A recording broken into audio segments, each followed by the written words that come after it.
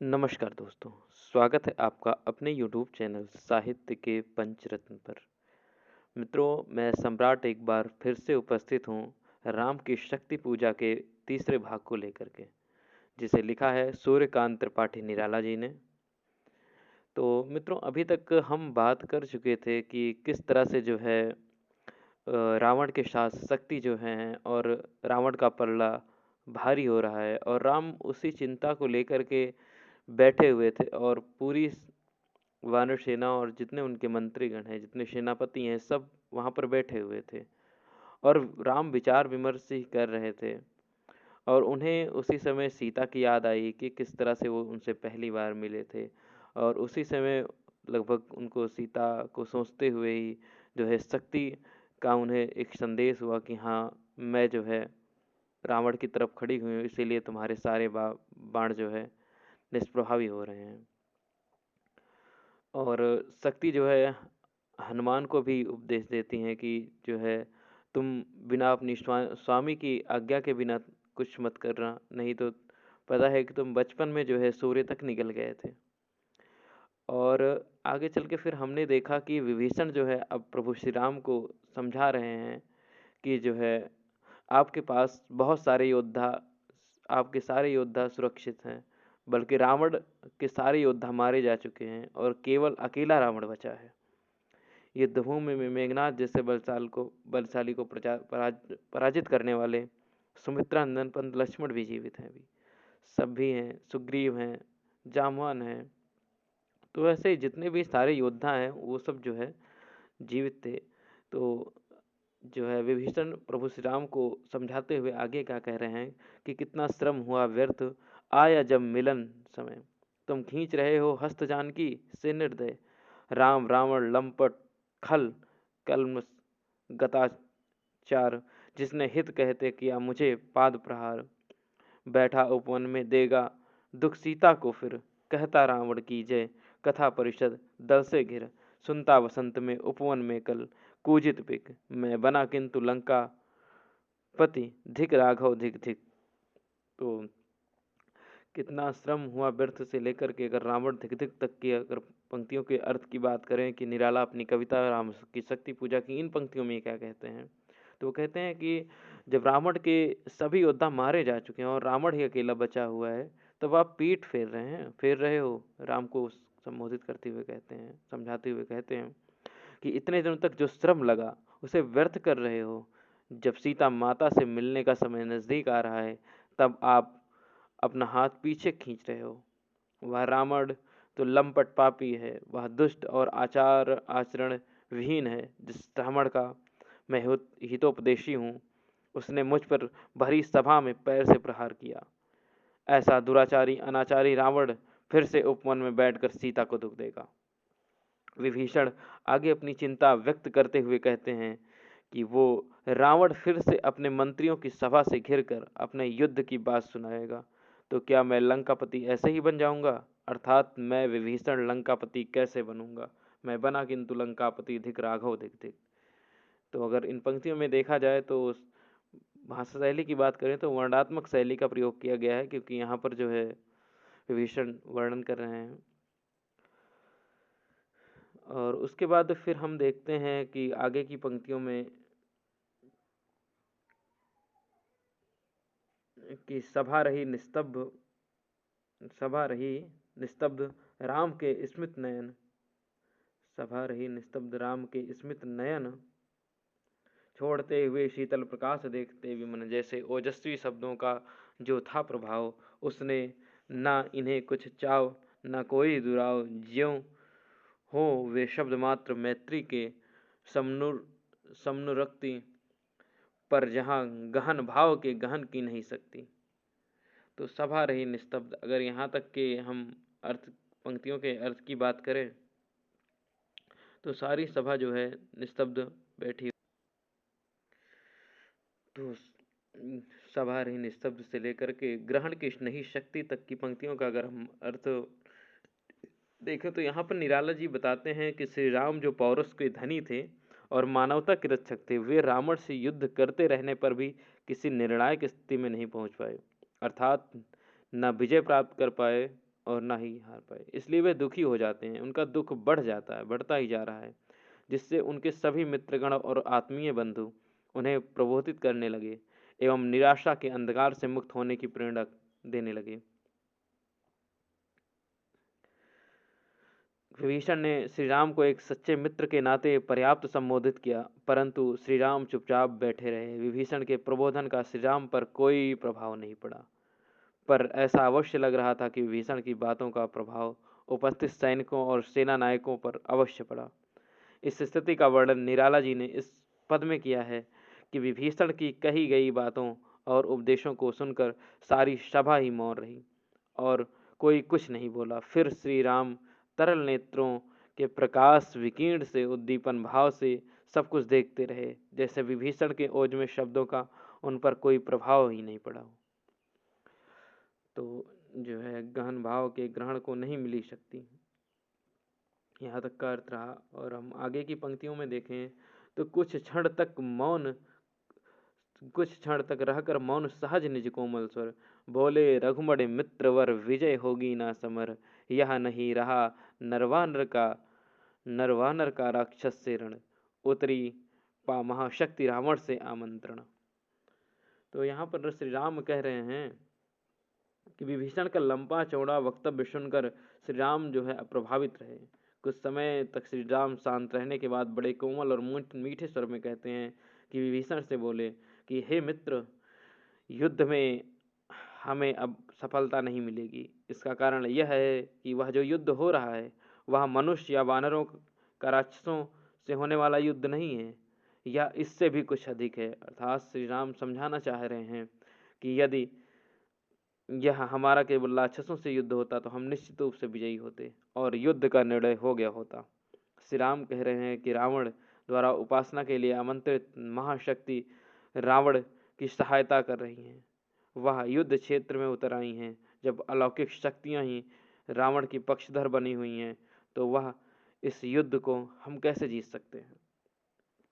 द्रीपा महाशक्ति रावण से आमंत्रण अन्याय। और फिर आगे देखते हैं, एक बहुत ही प्रसिद्ध पंक्ति है कि और अक्सर ये परीक्षाओं में पूछ भी ली जाती है कि अन्याय जिधर है शक्ति उधर है, कहते छल छल हो गए नयन कुछ बूंद, पुनः ढलके दृगजल, रुक गया कंठ चमका रावण तेज प्रचंड, धस गया धरा में कपि यह युगपद मसक दंड। स्त्रिजामवान समझाते हुए ज्यों सकल भाव, व्याकुल सुग्रीव हुआ उर में ज्यों विषम घाव, निश्चितता करते हुए विभीषण कार्यक्रम मौन में रहा यूं स्पंदित वातावरण विषम। तो यहाँ पे इन पंक्तियों में निराला जो है बता रहे हैं कि श्री राम का ही कथन चल रहा है। श्री राम विभीषण से अपने मन की दशा बता रहे हैं। वे विभीषण से युद्ध में हार के कारणों के बारे में बात कर रहे हैं। वे विभीषण से कहते हैं कि हे विभीषण, जहाँ अन्याय है, अधर्म है, वहीं पर शक्ति भी है। ऐसी स्थिति देखकर मुझे आश्चर्य हो रहा है। अर्थात श्री राम यह कहना चाह रहे हैं कि शक्ति को न्याय और धर्म के पक्ष में होना चाहिए, जबकि वह अन्याय और अधर्मी रावण के पक्ष में है। यह ऐसी स्थिति मुझे परेशान कर रही है। ऐसा कहते कहते श्री राम की आंखों से आंसू निकलने लगे। उनकी आंखों में लुढ़क कर दो बूंद नीचे भी गिर पड़ी और उनका गला रुंध गया। उनकी ऐसी स्थिति देखकर लक्ष्मण प्रचंड शौर्य से उद्दीप्त हो उठे और इतना ही हनुमान जी भी संकोच के मारे गिर गए कि मेरे होते हुए श्री राम की यह स्थिति हो रही है। उनके प्रभु दुखी हो रहे हैं, यह उनके लिए बहुत शर्म की बात है। इसलिए वह कुछ कह नहीं सकते। संकोच के कारण हनुमान जी का शरीर भी संकुचित हो गया। हनुमान श्री राम के चरणों पर हाथ रखे बैठे थे। वे मच्छर के समान छीटे दिखाई दे रहे थे, मच्छर के समान छोटे दिखाई दे रहे थे। मोहन रहा स्पंदित वातावरण विषम ने सहज रूप में संयत हो जाने।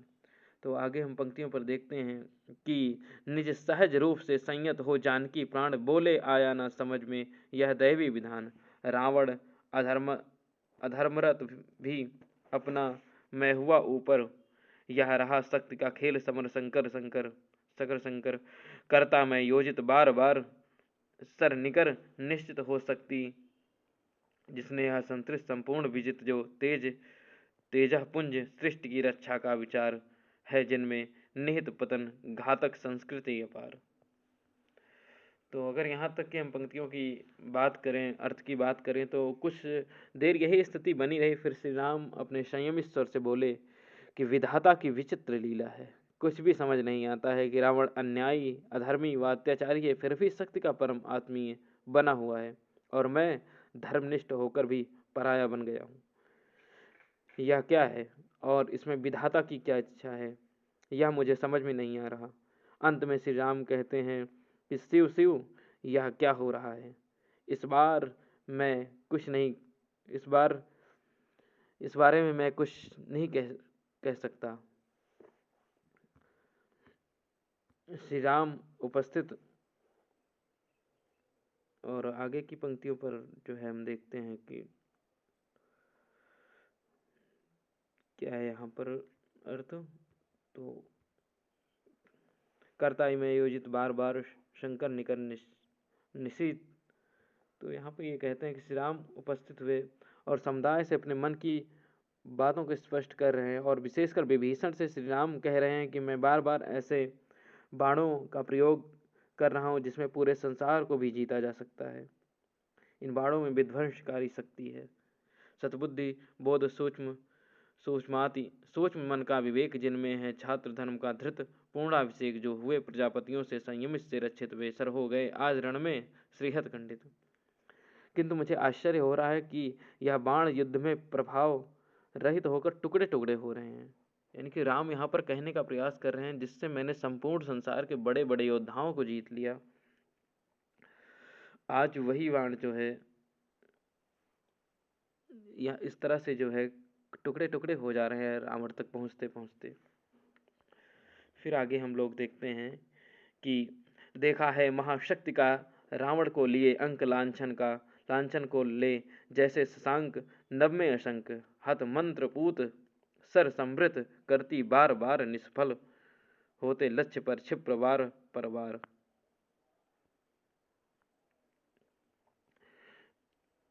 तो यहाँ पर जो है पंक्तियों का अगर हम अर्थ देखें, श्री राम कहते हैं कि जैसे चंद्रमा कलंक कालिमा को अपने हृदय में धारण करके रखता है, इसी प्रकार महाशक्ति रावण को अपने सत्संग में शरण दिए हुए हैं, अर्थात रावण को स्वयं महाशक्ति रक्षित कर रही हैं। मंत्रों से पवित्र करके मैं जब बाणों को प्रक्षेपित करता हूँ तो महाशक्ति उन्हें बार बार व्यर्थ कर देती हैं। बिजली की गति से किए प्रहार रावण को भेदने में असफल हो रहे थे। अगर मित्रों यहाँ पर हम अलंकारों की बात करें इन पंक्तियों में, तो उपमा रूपक और अनुप्रास अलंकार जैसे अलंकारों का प्रयोग हुआ है। पुनरुक्ति प्रकाश अलंकार का भी स्पष्ट प्रयोग हमें दिखाई दे रहा है। तो आगे की पंक्तियों पर हम चलते हैं।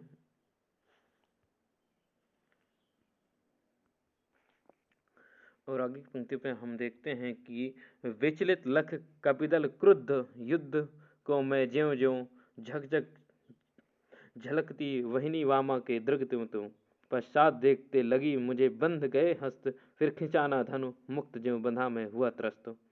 तो कवि निराला जी श्री राम के माध्यम से कह रहे हैं कि युद्ध में वानर सेना अपना धैर्य खो चुकी है। उन्हें देखकर मैं जैसे जैसे क्रुद्ध होकर प्रहार करने के लिए उद्यत होता था, वैसे ही मुझे महाशक्ति के नेत्रों से चलती हुई ज्वाला दिखाई देती थी। वे ज्वाला उसके प्रतिशोध की परिचायक थी। फिर महाशक्ति ने अपने दृष्टि मुझ पर जमा दी, इससे मेरे हाथ बंध गए और धनुष की प्रत्यंचा फिर मुझसे खींची ही नहीं पाई। स्वतंत्र होने के बाद भी मैं खुद को बंधा हुआ महसूस करने लगा।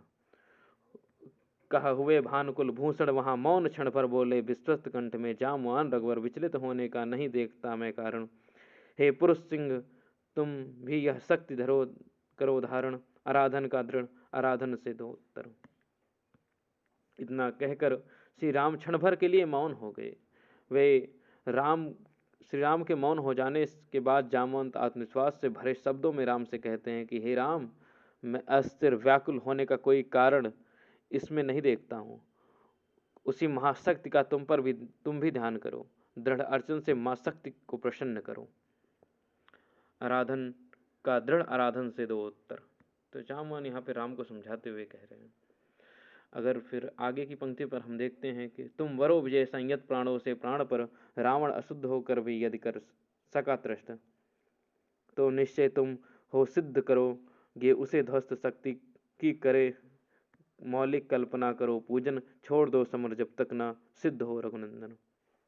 रावण को अनुशासन रहित जीवन को तुम अपने अनुशासित जीवन से पराजित कर सकते हो। यदि अपवित्र होकर भी रावण तुम्हें आतंकित कर सकता है, तो अपनी पवित्र साधना से तुम निश्चित ही उस पर विजय प्राप्त कर सकते हो। तुम शक्ति के एक अभूतपूर्व स्वागत की कल्पना करो, उसकी आराधना करो। जब तक आराधन में तुम्हें सफलता नहीं मिलती, तब तक के लिए आप ही राम युद्ध समर छोड़ दो।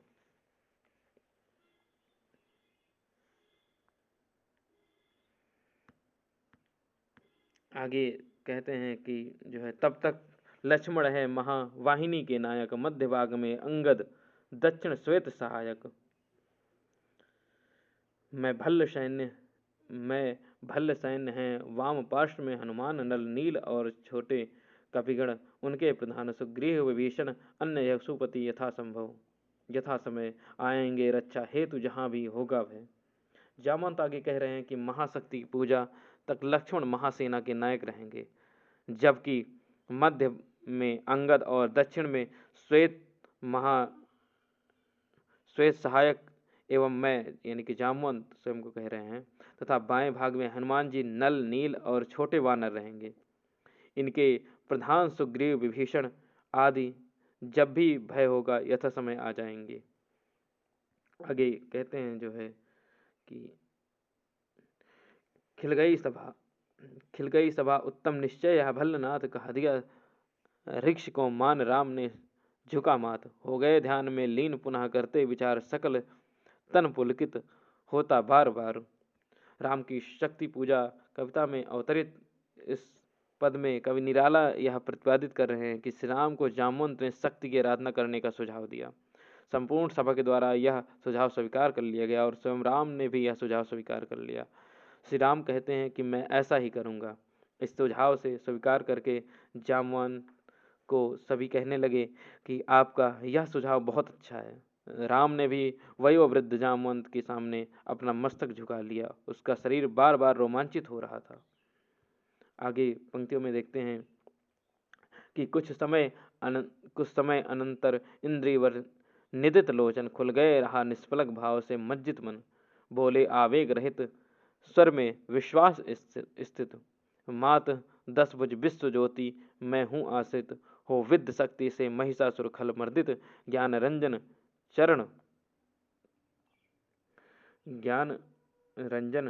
चरण कमल तल धन्य सिंह गर्जित, यह मेरा प्रतीक मातः समझा इंगित में, सिंह इसी भाव से करूँगा अभिमंदित।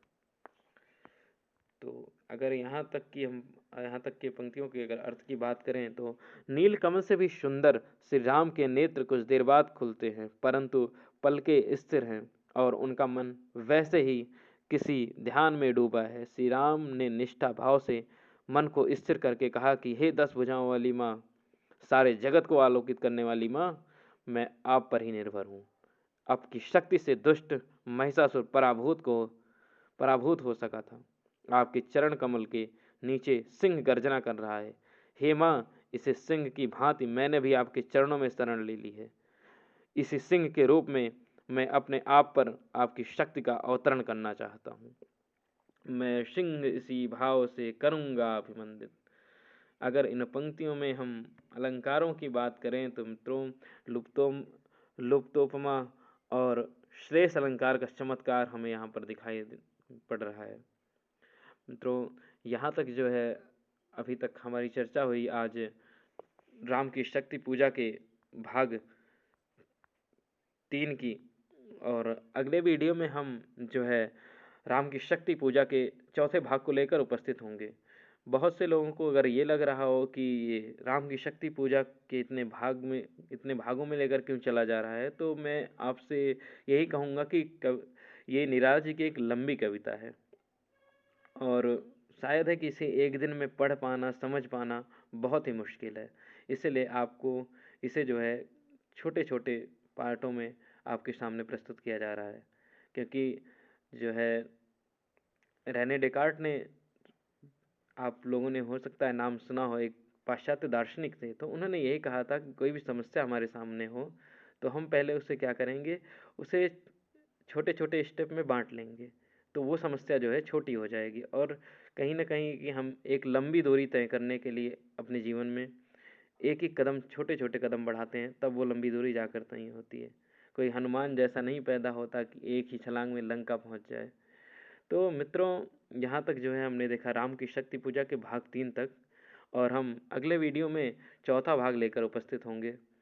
और आशा है आप सबको जो है ये वीडियो पसंद आएगी, और इसमें अर्थ में तो कोई दिक्कत नहीं होनी चाहिए आप लोगों को। तो मिलते हैं फिर अगले वीडियो में, राम की शक्ति पूजा के चौथे भाग को लेकर उपस्थित होंगे हम। और अगर जो है आप लोगों को अन्य टॉपिक पढ़ने हो तो हमारे चैनल पर जो है अन्य टॉपिकों की भी क्लास चलाई जा रही है, और रात्रि 8 बजे प्रश्नोत्तरी की क्लास चलती है। तो आप लोग ज़रूर वहाँ पर उपस्थित होकर जो है आप प्रश्नोत्तरी में भाग लें। इससे आपके ज्ञान की ही बढ़ोतरी होगी, और आपको प्रश्न देखने को मिलेंगे किस तरह से नए नए प्रश्न आजकल बन रहे हैं परीक्षाओं में, जो रहते हिंदी के ही हैं, चाहे हम उसको 10 बार पढ़े रहें, लेकिन समझ में नहीं आते जब प्रश्न परीक्षा में आ जाता है। तो मुझे लगता है कि जो 8 बजे जो है क्लास आप लोगों की लाइव चलती है, तो उसमें एक बेहतर प्रश्नावली आप लोगों के सामने उपस्थित होती है, तो आप वहाँ पर पहुँच कर उसका लाभ उठा सकते हैं। मित्रों, मिलते हैं फिर अगले वीडियो में, तब तक के लिए जय हिंद, जय हिंदी।